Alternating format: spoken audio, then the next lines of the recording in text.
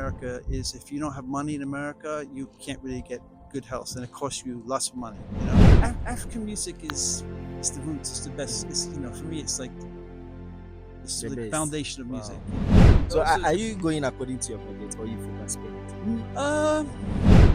I'm not against tech at all. In fact, I'm very pro-tech, and I'm very Yeah. excited about the future with AI and things like that. In England, they have what's called the National Health Service.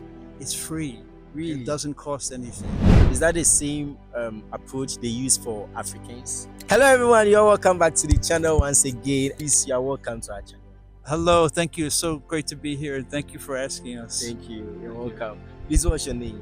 My name is Michael McAvoy. Okay, Mr. Michael, and then Tracy. okay, that's We've nice. been married for 35 years. 35 years. Yep. Wow. Where did you meet her though? We meet in London. Okay. Yeah, London, England. That's where you live. We live outside of London now, but we have family in London. That's mainly our center. Yes. Okay. So how long have you been in Ghana? We came last Monday, and we're here for a wedding. For my daughter. Our daughter is a maid of honor for her Ghanaian best friend, Wow. and they're getting married tomorrow. Okay. And we've known the family since they were 11, and so we've been invited to the wedding, and it's it's a wonderful opportunity Yes. to be in Ghana and Yeah. to experience the culture and meet the people, and it's been wonderful so far. Really beautiful experience. Okay. That's nice. Is Ghana your first African country? I've been to Tunisia, but Okay. but this feels very different. This is my first West African country, Okay. and it's really fascinating. We're both fascinated by the history and the politics and the culture and the art. Beautiful, and the Wow. lovely people. Okay. So- Is there any similarity between Tunisia and Ghana? Well, I have to be really honest. We were in a holiday place, and you could have been anywhere in the world. So I didn't see too much of Tunisia, but I mean, yes. So it's hard to compare, but Ghana is beautiful, and we're loving it here. It's so Okay. nice. Okay. And So meaning Ghana is the second country you visited, Africa country. yes. Wow. Yeah. Wow. It was an opportunity that we couldn't resist to Okay. come here for spend time to see. I mean, I personally, I'm a musician Wow. in London, and when I was young, when I was in my teenagers, I had a teacher who was a Ghanaian master drummer named Riba Kwakuba. Okay. And he came to London in the late 50s, and he worked with lots of musicians, and he was a very big inspiration to me. So I've always wanted to plan to come here. Okay. I've always wanted, and I've been meeting some musicians by chance yesterday in jamming, and we had a fantastic drumming lesson and dance lesson with Jimmy Akiti Okay. at his dance school, and he's great. Jimmy Akiti, I recommend him. Okay. If anyone wants to come and get a really, really lovely lesson in some dance, I can show you some moves. No. I know, right? But yeah, so he was great, and then yesterday I met a fantastic guy, Nee, who's got a band here, and we jammed. Everyone's been so friendly. Okay. So budget-wise, I mean, it's been affordable. Where we are staying, Yeah. we have a kitchen in the apartment, Okay. so we can have breakfast there, things like that. So that's not costly. But we went to like restaurants. Like today, we went to Noi. Okay. Noi. You know, Yeah. wow, I've not heard of The that. canteen. It's right. It's 10 minutes walk. We walked after to here. Okay. And it was really good. We Mm. enjoyed that. It's NYO. Okay. Nyonyo. That's Alright, alright. very good. Yeah. We ate a very good meal for two Mhm. people for £15 English money. So yeah. it was very affordable. About 300. Okay. 300 cedis. Wow. What food was that though? We had jollof rice and Okay. chicken and kelewele. Yeah. Have I said that right? Did I say that right? Yeah, that's And right. yeah, we're really enjoying the food here. So we love spicy food, so it's really nice for Okay, us. okay. So So are you going according to your budget, or you focus spend? We're being careful, but I don't think we're going over our budget. Okay. We're being careful, but we're not finding it difficult to enjoy, and to sort of, I suppose, also to spend money Okay. here, which is, I feel good to do that. We've been using Uber to travel. Yeah. So that's been very, convenient. Okay. and we did some walking. We've done quite a lot of walking as well, because when you walk, you actually really feel the people. Oh yeah. Yeah, and you feel the space. And yeah, I mean, everyone's been beautiful, really nice. Wow. Yeah. I see. How has the reception been for you?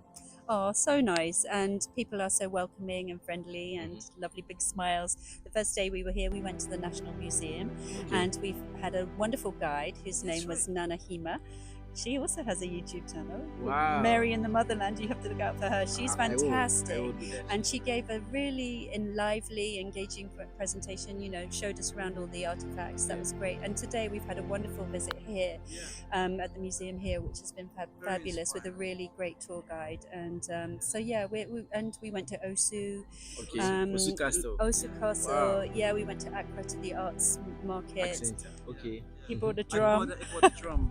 You played a drum? I should also show you. Also, I'll show you because I'll take the video and show to you guys. I'll show you because I know. So I got to show you. Okay. So this is with this guy as well. Oh. So Wow. that's this great guy, Nee. Me. Okay. And that's okay. me. That's the drum I bought. He was showing me some lessons. I see. But he is great. This guy here. What instrument do you play? Mainly I play piano or keyboard, and also I play guitar. Okay. Yeah. So in fact, So I'm working with this guy in England. He's from Guinea. Okay. He's That's an funny. artist. Oh, Yeah. Okay. Okay. So Fale Noika, he's a great musician who's now based in England. Okay. So African music is the roots. It's the best. It's for me, it's like the base. foundation of Wow. music. And the drum, of course, is the strongest communicator. That's nice. Rhythm. So I have a friend in London. Okay. And then she tells me about the health system in London. Now, personally, how do you guys approach the health system in terms of attending to patients? That's a really interesting and important question, because also I was born in America, which has no help for. So You were born in America. I was born in America. Okay, Yeah. So you left America to. My London. parents came. They took their family away in '73. So, and because they were, in a way, disappointed with America, the way that America is. If you don't have money in America, you can't really get good health, and it costs you lots of money. In England, they have what's called the National Health Service. Okay. Sometimes people in Britain who haven't seen the other side think it's I have to wait. There's a waiting list. It's they're not efficient, but it's free. Really? It doesn't cost anything. I mean, you pay taxes, which contributes. Everyone has to pay their taxes, and that contributes to the big pot of money that pays for the National Health Service. So I think it's an amazing thing. My father right now is in hospital. He's very old, but they're looking after him, and I don't know how long he's going to. He's very old though. He's 88 now, so he's had a good life. He's very philosophical.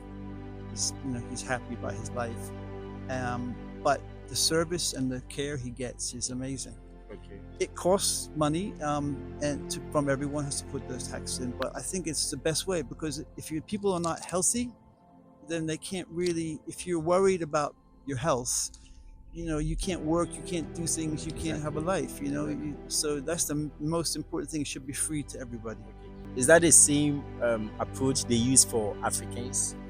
I don't know. That's the thing. I don't know. I'm not sure. Well, technically speaking, it should be. It's supposed to be health care in England is supposed to be free for everybody. And yes. Oh yeah. I mean, for people who come there, who become resident, have a residency, yes, they get free. Yeah, absolutely. If you're not a resident, then you would have to pay something if you weren't a resident. Okay. But if you're there officially, if you have an official visa, or they're a student, or whether they're there for a job and someone has hired you to come there, and you have the government stamp.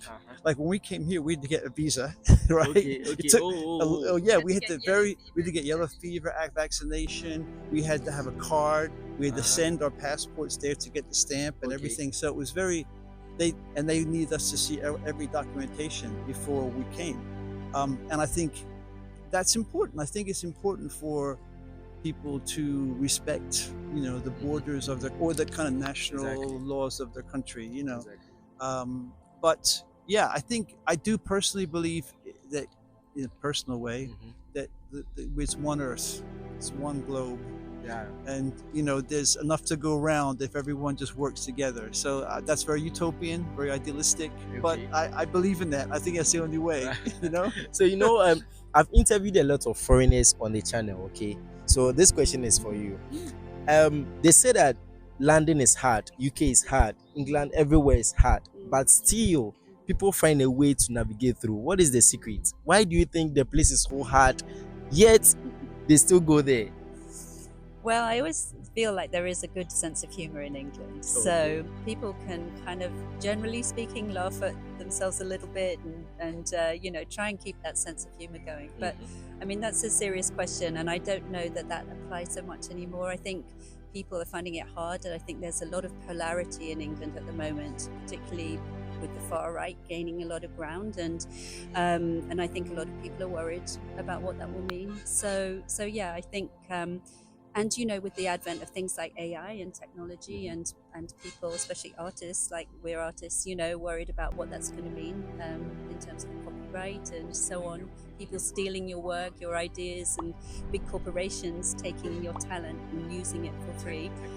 I'm not against tech at all. In fact, I'm very pro-tech, and I'm very excited about the future with AI and things like that. I think it's going to bring some really exciting things to the world, but I think we also have to be careful that creators are, not taken advantage of. So I think there's a lot of people in different countries that are taken advantage of in different ways, and I think in England and the West, we have to be really careful to understand the marginalized peoples of our country and how they're suffering, and trying to be a bit more empathetic to people.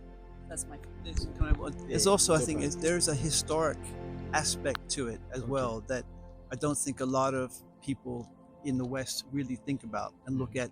They peel back the layers of time and recognize that a lot of the wealth, of course, in the West is due to exploitation in colonialism. So that the far right use that and kind of cause division with people, or particularly people who are brown skinned, or they sort of say, oh, that's they come here, whatever, which is basically people who are not very educated in the truth of what's happened.